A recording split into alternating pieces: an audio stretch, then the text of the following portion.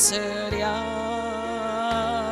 십자가 밑에 나가 내 짐을 풀었네. 주님을 찬송하면서 할렐루야 할렐루야.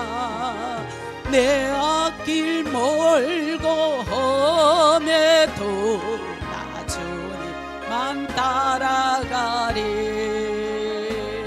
그 두려움이 변하여 내 기도 되었고 아멘. 전날에 한숨 펴 내 찬양 되었어요. 찬양되어 주님을 찬송하면서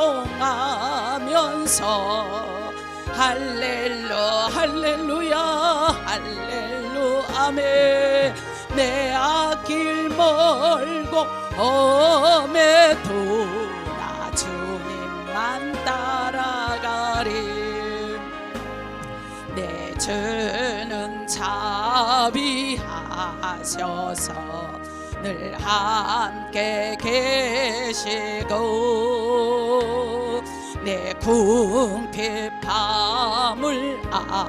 늘 채워주시. 주님을 찬송하면서 할렐루야 할레 아멘. 내 앞길 멀고 험해도 나 주님만 따라가리. 내 주와 맺은 영불변하시니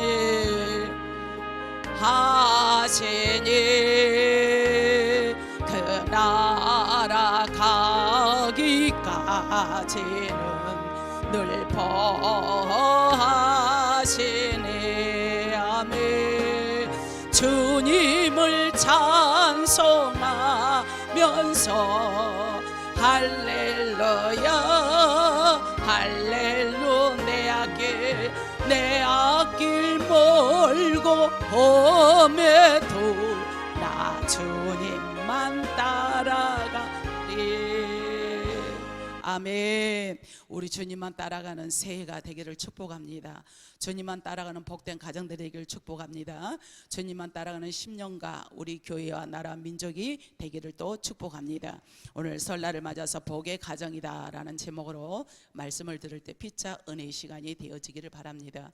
우리가 명절을 맞으면 고향을 찾는 그 이유가 있습니다. 그 이유 중에 세 가지를 들어본다면 기소 본능이 있습니다.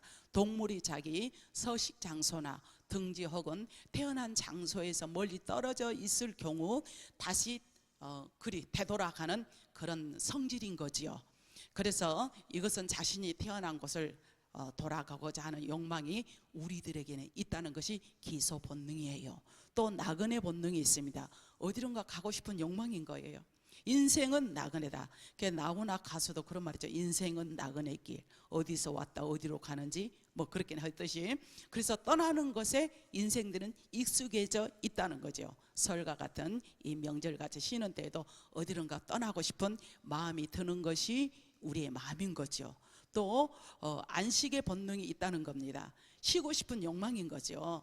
고향을 떠나 나그네로 사는 삶의 이 고달픔을 고향에서 쉬고 싶은 마음이 있는 거죠. 왠지 내가 살던 고향은 그리워.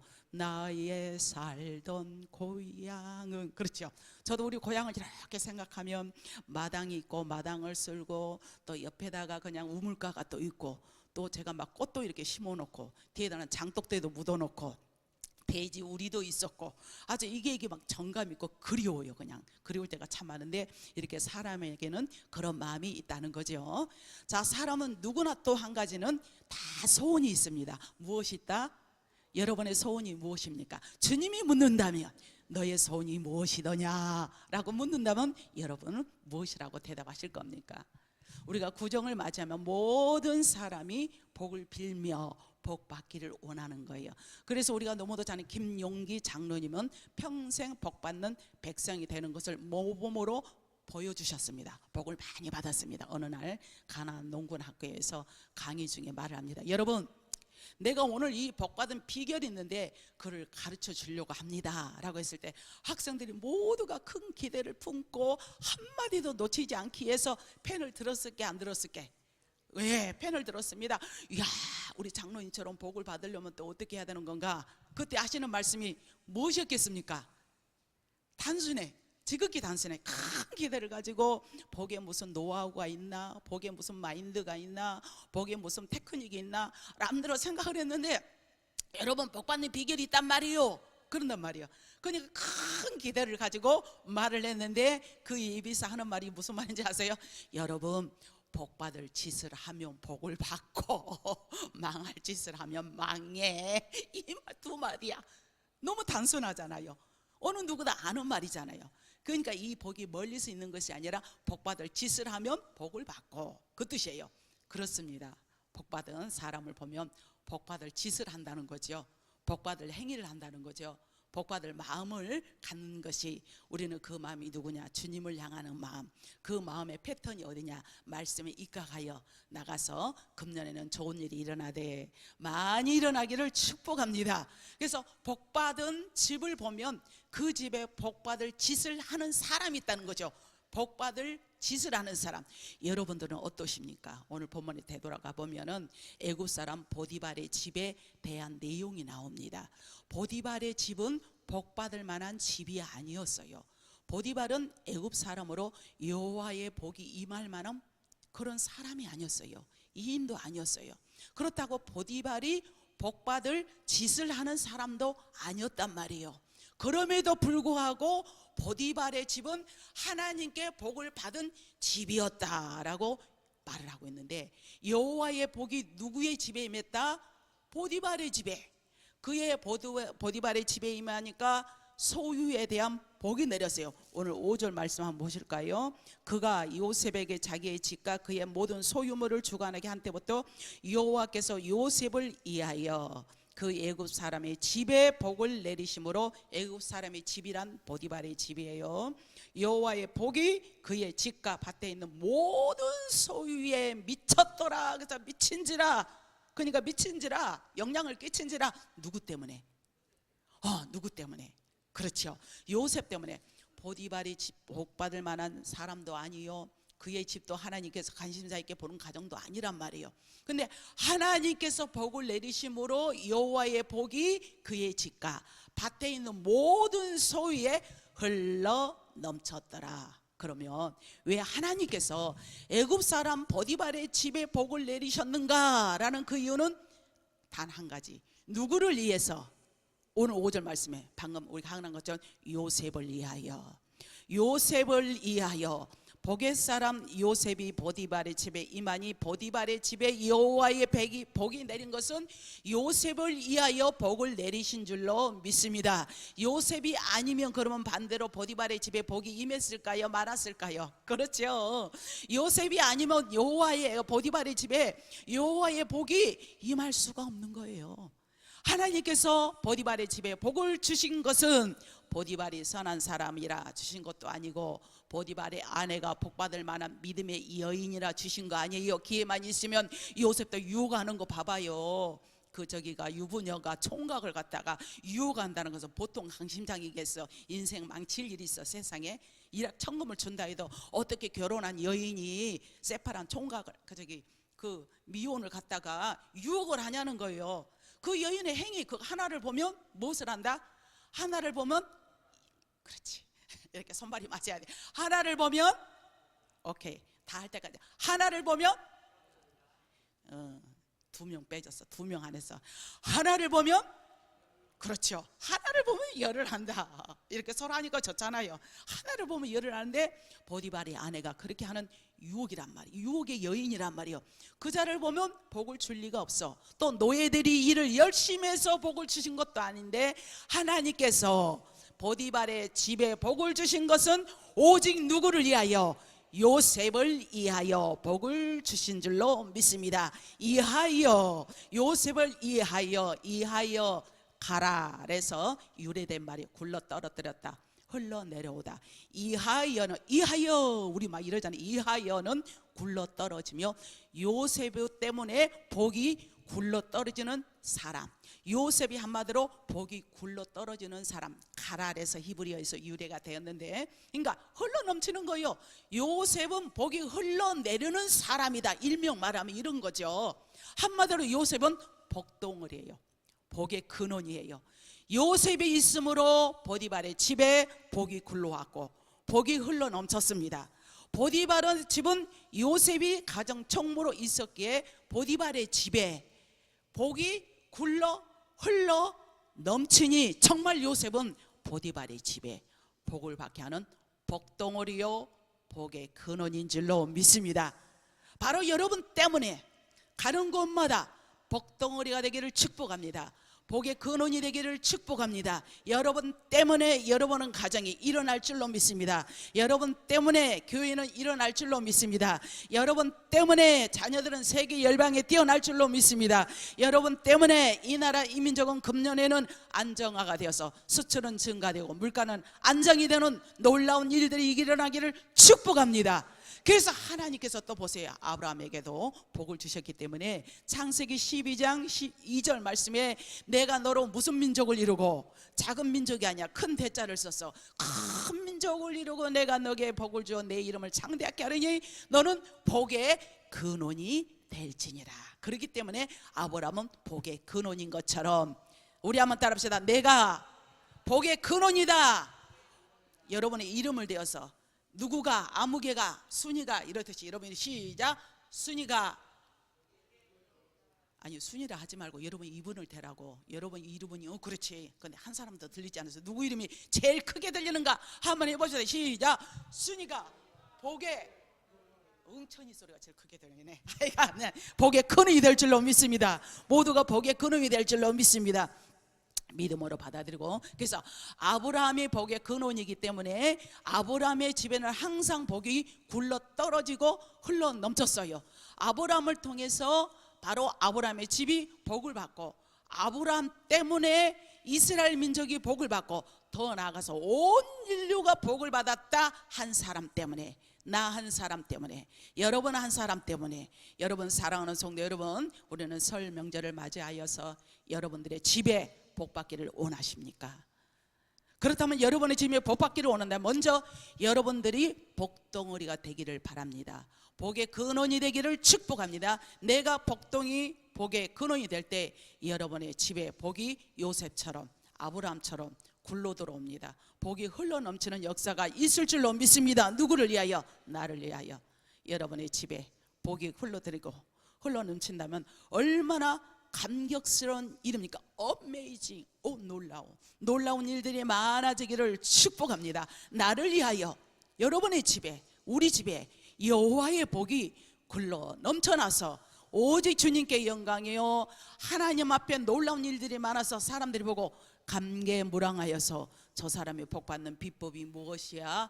라고 이제 많은 소문이 흘러 넘쳐서 여러분에게 자문을 구하는 놀라운 일들이 일어나기를 또한 축복합니다. 나를 위하여 여러분 때문에 여러분의 집에 하나님의 복이, 하나님의 축복이 흘러 넘치고, 그래서 흘러 넘쳐서 복의 근원이 될 때 얼마나 감격스러운 일이냐는 거죠. 오늘 요셉을 통하여 애굽 사람의 집에, 보디발의 집에 복을 주셨는데, 고로 그 말씀을 여러분에게 적용을 한다면 나를 통하여, 여러분을 통하여 복의 통로가 되기를 축복합니다. 오늘 요셉을 위하여 애굽 사람의 집에 복을 주신 하나님께서 여러분을 위해서 복을 주겠다라는 이 말씀인 줄로 믿습니다. 하나님께 이해하는 사람이 되기를 바랍니다. 하나님을 이해하는 사람이 되기를 바랍니다. 하나님을 이해하는 사람이 되셔서 굴러떨어지고 복이 흘러 넘쳐 내려와서 철철철 흘러 넘치는 그런 역사가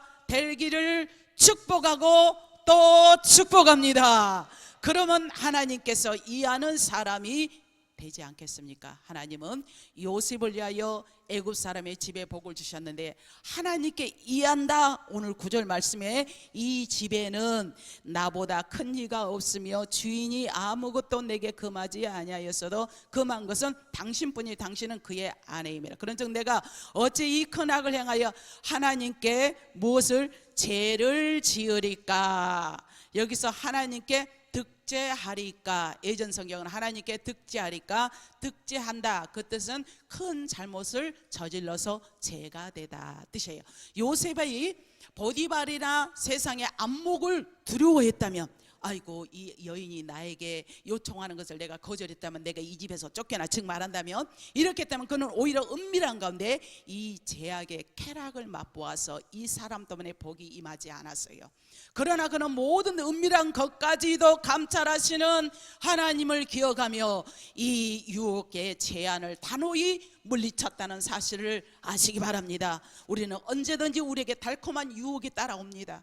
달콤하게 우리를 유혹하는데 누구를 위해서? 하나님이 나를 보시면 뭐라고 하실까? 그래서 코람되어 하나님의 면전 앞에 사는 그런 신앙일 때에 우리 하나님께서는 그 어떤 상황에도 건져주시고 인도해 주신다라고 믿으시면 아멘 하시기 바랍니다. 이게 바로 하나님께라는 믿음을 가지고 있기 때문에 악을 행하면 사람이 한 것이 아니라 하나님께 악을 행한 것이고, 주인의 아내를 범하면 주인에게 범죄한 것이 아니라 누구께? 그렇지요, 하나님께 범죄한다 이건 거죠. 주인 보디발이 자신에게 가진 총무를 세우고 모든 일을 임했습니다. 임을 했잖아요. 그러나 요셉은 자신이 하는 모든 일에 주인이 하는 것이 아니라 오직 하나님께 영광, 하나님께서 하셨습니다. 오늘까지 이렇게 살 수 있으며 하나님께서 하셨습니다. 이 시간까지 지켜주신 것도 하나님께서 하셨습니다. 고백이 일어날 줄로 믿습니다. 그래서 요셉은 무엇을 하든지 사람에게 하는 것이 아니라 하나님께 하는 믿음을 가지고 또 가진 줄로 믿습니다. 그래서 우리는 주님 한 분으로 만족합시다. 나는 행복해요. 주님이 함께함으로 나는 행복합니다. 사모하는 마음으로 믿음으로 고백합시다. 주님, 주님 한 분밖에는 아는 사람 없어요. 가슴 깊이 숨어있는 주를 사랑하는 마음, 주님 한 분밖에는 기억하지 못해요. 처음 주를 만난 그날 울며 고백하던 말, 나는 행복해요. 제사 받았으니 아버지 품 안에서 떠나 살기 싫어요. 나는 행복해. 아멘 아멘. 사랑의 샘솟으니 이 세상 무엇이든 채우고 떠남. 간절히 고백합시다. 새해는 주님 한 분으로 살아가기를 원합니다. 주님이 두려워서 죄를 짓지 못하고, 주님이 두려워서 함부로 행할 수가 없으며, 주님께 하는 마음으로 사람을 사랑하기에 원수도 사랑해야 하는 마음, 주님 때문에 나갑시다. 주님은 피를 흘려서 저와 여러분의 죄를 사해 주셨습니다. 한 분밖에는 약속한이 없어요. 나를 믿고 따르는 자 반석 이에 서리라.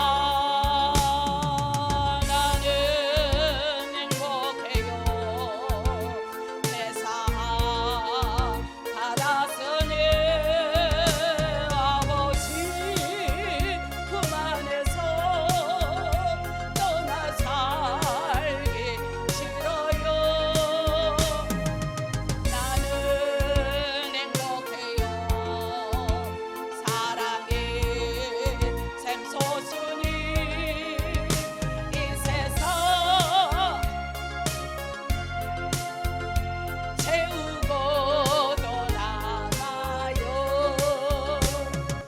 아니라 주님 한 분으로 주님을 위하여, 항상 주님을 위하여, 내가 하는 행위도 주님을 위하여, 내가 교회 생활 신앙생활 하는 것도 주님을 위하여 주님 앞에 하듯 온전히 나갈 때에 금년에는 좋은 일이 많이 일어나기를 주님의 이름으로 축복합니다. 사랑하는 영락교회 성도님들이여, 오늘 나는 어떤 사람이 되어야 할 건가?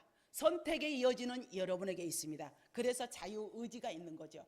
여러분이 내가 어떤 사람이 될 건가 선택하십시다. 누구처럼? 요셉처럼. 누구처럼? 오늘 아브라함처럼. 내가 어떤 삶을 살 건가? 내가 세상 유혹에 이래도 좋고 저래도 좋고 그러한 삶일 건가? 아니면 무슨 일을 하든지 하나님 앞에 믿음으로 나가고 무슨 일을 하든지 하나님의 사람답게 살아가겠노라고 다짐하고 또 다짐하는 저와 여러분이 되기를 주님의 이름으로 축원합니다. 기도하겠습니다. 좋으신 하나님,